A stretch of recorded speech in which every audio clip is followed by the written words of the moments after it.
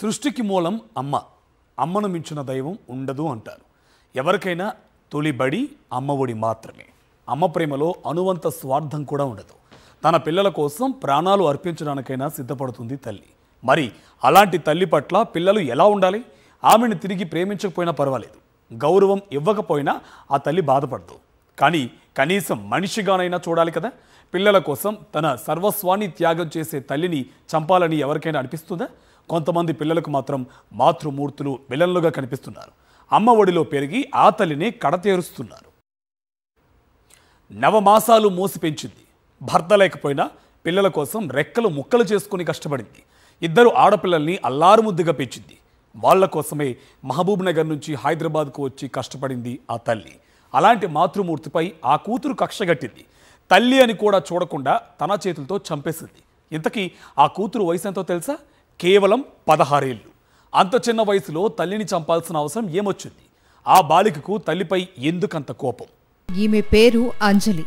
తెలంగాణ సాయుధ పోరాటంలో వీర వనితగా నిలిచిన చాకలి ఐలమ్మ ముని మనమరాలు. మహబూబాబాద్ జిల్లాకు చెందిన అంజలి 20 ఏళ్లుగా హైదరాబాద్లోని జీడిమెట్లలో నివాసముంటోంది. ఆమె మహిళా మండలిలో పనిచేస్తుంది. ఎస్సీ ఎస్టీ మహిళా మండలి అధ్యక్షురాలిగా కూడా పనిచేస్తోంది. భర్తకు దూరమైన అంజలి తన 2 కుమార్తెల్ని కంటికి రెప్పలా చూసుకుంటూ వస్తుంది. అయితే పిల్లల్ని పెంచి పోషించగలం కానీ వాళ్ళ బుద్ధిని మార్చలేం కదా. అంజలి పెద్ద కూతురు విషయంలో అదే జరిగింది. 10వ తరగతి చదువుతున్న పెద్ద కూతురు నిత్యం మొబైల్లో సోషల్ మీడియాతోనే కాలక్షేపం చేస్తూ ఉండేది. ఈ క్రమంలో ఇన్స్టాగ్రామ్లో బాలికకు శివ అనే వ్యక్తి పరిచయమయ్యాడు. అతడు నల్గొండలో డీజే చేస్తూ ఉంటాడు. బాలిక శివ కనెక్ట్ అయ్యారు. సోషల్ మీడియాలోనే బాగా క్లోజ్ అయ్యారు. అదే ప్రేమ అనుకుంది ఆ బాలిక. విషయం తెలుసుకున్న అంజలి కూతుర్ని మందలించింది. అయినా కూతురు మారలేదు. పైగా ఈ నెల 19వ తేదీన ప్రియుడి శివతో కలిసి వెళ్లిపోయింది. తన కూతురు కనిపించడం లేదు అంటూ అంజలి జీడిమెట్ల పోలీస్ స్టేషన్లో ఫిర్యాదు చేసింది. మరుసటి రోజు పోలీసులు వాళ్లను పట్టుకొచ్చారు. బాలికకు కౌన్సిలింగ్ ఇచ్చి తల్లికి అప్పగించారు. ఆ తర్వాత రోజు శివను కూడా విడిచిపెట్టారు. ఇంటికొచ్చిన తర్వాత కూతుర్ని గట్టిగా మందలించింది తల్లి. అదే ఆమె చేసిన తప్పయింది. తన ప్రేమను తుంచేసిందని తల్లిపై పగ పెంచుకుంది ఆ కూతురు. కూతురుకు తనపై కోపం ఉందనే విషయం ఆ తల్లికి తెలుసు. కానీ తనను చంపేంత పగ పెంచుకుందని అంజలి ఊహించలేకపోయింది. తల్లిని అడ్డు తొలగించుకోవాలి అని నిర్ణయించుకున్న ఆ కూతురు ఇదే విషయాన్ని తన ప్రియుడు శివకు చెప్పింది. సరైన సమయం కోసం ఎదురు చూసింది. ఆ రోజు రానే వచ్చింది. సోమవారం సాయంత్రం ఎప్పట్లానే అంజలి ఇంట్లో పూజ చేసుకుంటుంది. అప్పటికే శివకు ఫోన్ చేసి నల్గొండ నుంచి రప్పించింది అంజలి కూతురు. అతడు తన తమ్ముడితో కలిసి జీడిమెట్ల వచ్చాడు. ఎప్పుడైతే తల్లి పూజలో మునిగిపోయిందో కూతురు మెయిన్ డోర్ ఓపెన్ చేసి ప్రియుణ్ణి అతని తమ్ముణ్ణి ఇంట్లోకి తీసుకొచ్చింది. ఆ వెంటనే అంతా కలిసి అంజలిని హత్య చేశారు. అలా కన్న తల్లిని తన చేతులతో హత్య చేసింది ఆ కూతురు. హత్య చేసిన తర్వాత తల్లికి కొన ఊపిరి ఉందనే విషయాన్ని గ్రహించి మరోసారి ప్రియుణ్ణి ఇంటికి పిలిపించింది. చనిపోయిందని నిర్ధారించుకున్నంత వరకు ఆమెపై అంతా కలిసి అత్యంత పాశవికంగా దాడి చేశారు. మరి ఈ కిరాతకం జరిగినప్పుడు అంజలి చిన్న కూతురు ఏమైంది? ఆమె ఎక్కడుంది? ఈ కేసులో ఆ చిన్నారే కీలకంగా మారింది. హత్య ఎలా జరిగిందనే విషయాన్ని కళ్లకు కట్టినట్టు బయటపెట్టింది. మృతురాలు అంజలి అక్క మరిన్ని వివరాలు వెల్లడించింది. తల్లి పూజ చేస్తోంది. ఇదే సరైన సమయమని భావించి ప్రియుడు శివ అతడి తమ్ముడు యశ్వంత్ను ఇంట్లోకి పిలిచింది. అంజలి మెడకు చున్ని చుట్టి హత్య చేశారు శివ, యశ్వంత్. వీళ్లకు అంజలి పెద్ద కూతురు కూడా సాయం చేసింది. ఆ టైంలో అంజలి తన చిన్న కూతుర్ని బయటకు పంపించింది. అదే ఆమె చేసిన తప్పు. చెల్లెలు తిరిగి ఇంటికొస్తున్న విషయాన్ని గమనించిన అక్క ఎక్కడ హత్య విషయం బయట పడుతుందో అని తిరిగి చెల్లెల్ని తీసుకుని బయటకు వెళ్ళింది. తిరిగొచ్చి చూసిన ఆ చిన్నారి తల్లిని ఆ స్థితిలో చూసి తట్టుకోలేకపోయింది. అప్పుడు మమ్మీ నన్ను బయటికి పంపించింది. అయితే అక్కని తీసుకురమ్మని పంపిస్తే నేను వెళ్ళిన. అక్క ట్యూషన్కి వెళ్ళిందంటే ఇంటికి వచ్చేస్తున్నా. గల్లీలో ఉంటే అక్క బయటకు వచ్చి నాకు చూసి లోపలికి వెళ్ళి మళ్ళీ బయటకు వచ్చి మమ్మీ శ్రీజన్ తీసుకొని రమ్మంటుంది. ఏమో మాట్లాడుతుంటే ఎవరు వస్తురంట, నిన్న వచ్చిన ఆంటీ వాళ్ళు వస్తురంట అంటే నేను నమ్మి వెళ్ళిన. అక్కతో వెళ్ళి మళ్ళీ ఇంటికి వచ్చే వరకు డోర్లు ఇట్లా మామూలు ఇట్లా క్లోజ్ చేసి మమ్మీ అన్న లోపల ఎక్కలేదు, బయట లేదు, బెడ్రూమ్లో లేదు. కిచెన్లోకి వెళ్ళి చూసే వరకు మొత్తం అంతా డైనింగ్ టేబుల్ పైన ఉన్న సామాన్ అంతా కింద పడిపోయింది. మొత్తం బ్యాడ్ స్మెల్ వస్తుంది. మమ్మీ ఎంత గలీజ పడిపోయిందంటే మొత్తం రక్తం ఉంది మమ్మీకి. తల్లి రక్తపు మడుగులో పడి కొన ఊపిరితో కొట్టుమిట్టాడుతోందంటూ ఆ చిన్నారి చెబుతుంటే అందరి గుండె తరుక్కుపోయింది. అక్క మాత్రం తనకేం తెలియదు అంటూ బుకాయించిందని చెబుతుంది ఆ చిన్నారి. మేము ఇంటికి వెళ్ళి నేను మా అక్క చూసినాక మా అక్క వాళ్ళకి ఫోన్ చేసి నాకు డౌట్ రావద్దు వాళ్ళ పైన అనేసి వాళ్ళకి ఫోన్ చేసి వాళ్ళని రమ్మంది. వాళ్ళు వచ్చినాక మళ్ళీ మా మమ్మీ డ్యూటీ జోన్ తీసుకొని నెక్ దగ్గర ఇట్లా చేసేసి చంపేసారు మళ్ళీ. అత్యంత బాధాకరమైన విషయం ఏంటంటే చిన్న కూతురు వచ్చి చూసేసరికి తల్లి ఇంకా కొన ఊపిరితో ఉంది. అమ్మను హాస్పిటల్కు తీసుకెళ్దామని ఆ చిన్నారి బతిమిలాడినా అక్క మనసు కరగలేదు. ఆ చిన్నారి మాటల్ని ఎవ్వరూ పట్టించుకోలేదు. ఆ తల్లి చనిపోయేంత వరకు అక్కడే ఉన్నారు. ఈడ కొట్టిర్రు, ఈడ సుత్త తీసుకొని గట్టి గట్టి కొట్టిర్రు. అట్లనే పడిపోయింది మమ్మీ. కొన్ని ఊపిరితో అటు ఇటు కాలు కలుపుతుంటే నన్ను హాస్పిటల్ తీసుకోవద్దామనేసి అసలు నా మాట వినలేరు ఎవరు. మమ్మీ చనిపోయేదాకా అక్కడనే ఉంది. నన్ను ఎవరు ఇట్టో పోనీయలేరు, ఎవరితో మాట్లాడనీయలేరు. చిన్న కూతురు చెప్పిన వివరాల ప్రకారం దాడి జరిగిన తర్వాత కొన్ని గంటల పాటు అంజలి కొన ఊపిరితో ఉంది. ఆ టైంలో ఆమెను హాస్పిటల్లో జాయిన్ చేస్తే బతికే అవకాశాలు ఉండేవి. కానీ చెల్లెలు ఎంత వేడుకున్నప్పటికీ అక్క మనసు కరగలేదు.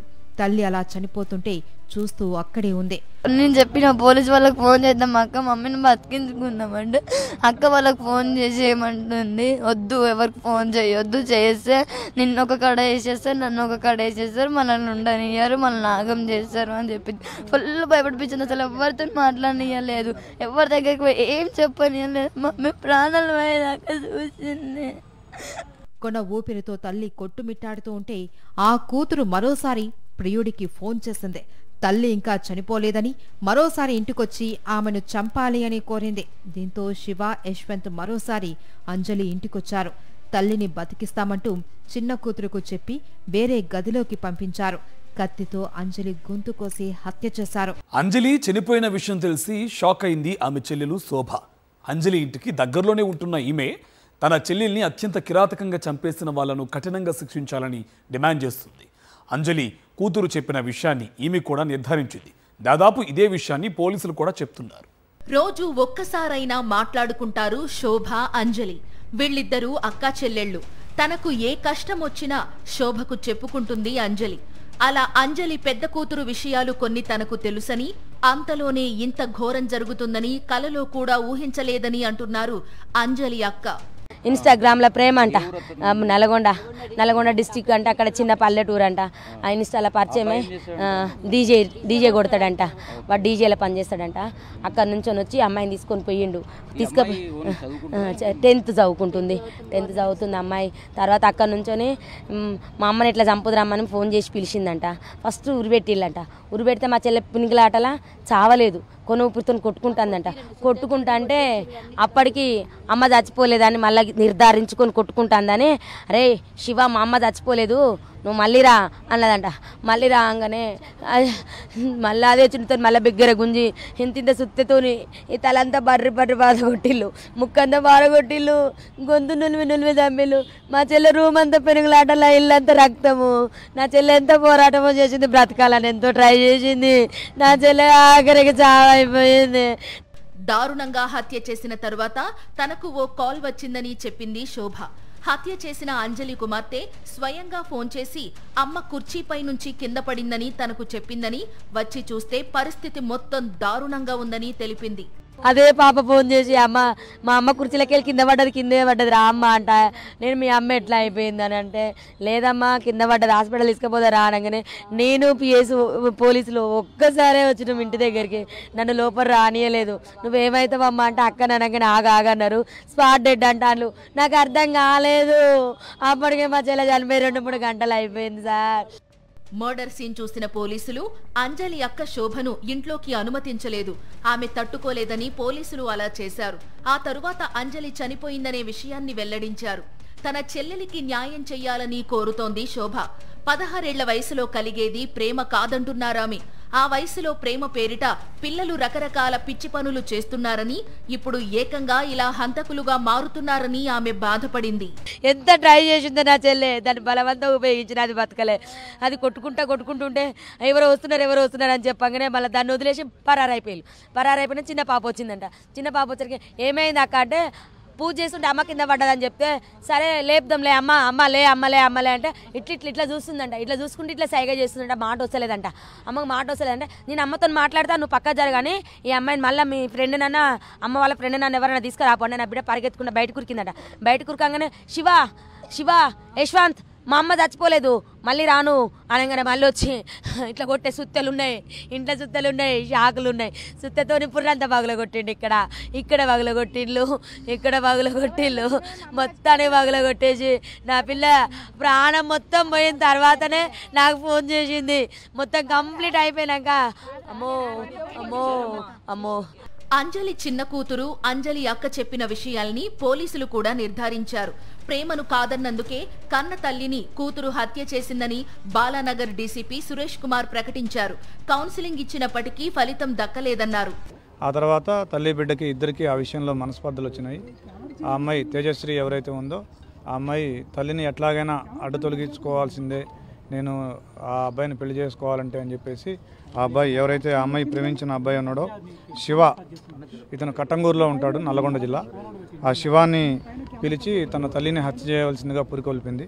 దాంతో శివ వచ్చి యశ్వంత్ అనే వాళ్ళ తమ్ముడిని కూడా తీసుకొని వచ్చి వాళ్ళిద్దరూ కలిసి ఈవిడ్ని చున్నీతోటి గొంతుకి బిగించి చంపడం జరిగింది. ఈ కేసును పోలీసులు సీరియస్ గా తీసుకున్నారు. అంజలి అక్క ఇచ్చిన ఫిర్యాదు ఆధారంగా మర్డర్ కేసు నమోదు చేశారు. వీలైనంత త్వరగా ఈ కేసును ఛేదిస్తామని, నిందితులను కోర్టు ముందు హాజరుపరుస్తామని అన్నారు. స్పాట్కి పోవడం జరిగింది. స్పాట్కి పోయిన తర్వాత వాళ్ళ సిస్టర్ శోభ అక్కడికి రావడం జరిగింది. ఆ శోభ ఇచ్చిన కంప్లైంట్ మీదకు మేము ఆ కేసు నమోదు చేసుకొని, మర్డర్ కేసు కింద నమోదు చేసుకొని ఇన్వెస్టిగేషన్ చేస్తూ ఉన్నాము. ఆ ఇచ్చిన కంప్లైంట్లో శోభా గారు ఏం చెప్పారంటే అందులో వాళ్ళ సొంత కూతురు, అదేవిధంగా అతను ప్రేమించిన అబ్బాయి ఇంకా వేరే వాళ్ళ సాయంతో ఈ మర్డర్ చేసినట్టు వాళ్ళు అనుమానించి మాకు కంప్లైంట్ ఇచ్చారు. అది కేసు నమోదు చేసుకొని ఇమీడియట్గా కూడా పోస్ట్ మార్టం నిమిత్తం మేము గాంధీ హాస్పిటల్కు తరలించడం జరిగింది. 16 ఏళ్ల మైనర్ బాలిక 18 ఏళ్ల పిల్లాన్ని ఇష్టపడింది. ఇద్దరి మధ్య ఓ రకమైన వ్యామోహం ఏర్పడింది. దాన్ని ఆ మైనర్ బాలిక ప్రేమ అనుకుంది. వారించిన తల్లిపై పగ పెంచుకుంది. విచక్షణ మరిచి ప్రియుడితో కలిసి కన్న తల్లిని కడతేర్చింది. నిజంగా దీన్ని ప్రేమ అంటారా? తల్లిని చంపి ఆ బాలిక ఏం సాధించింది? టీనేజ్లో ఏర్పడేది కేవలం ఆకర్షణ మాత్రమే. ఆ మత్తులో పడి ఎంతో మంది తమ జీవితాల్ని నాశనం చేసుకుంటున్నారు. బంగారు భవిష్యత్తును చేజేతులా పాడు చేసుకుంటున్నారు. దీనికి ప్రత్యక్ష ఉదాహరణగా నిలిచింది అంజలి మర్డర్ కేసు.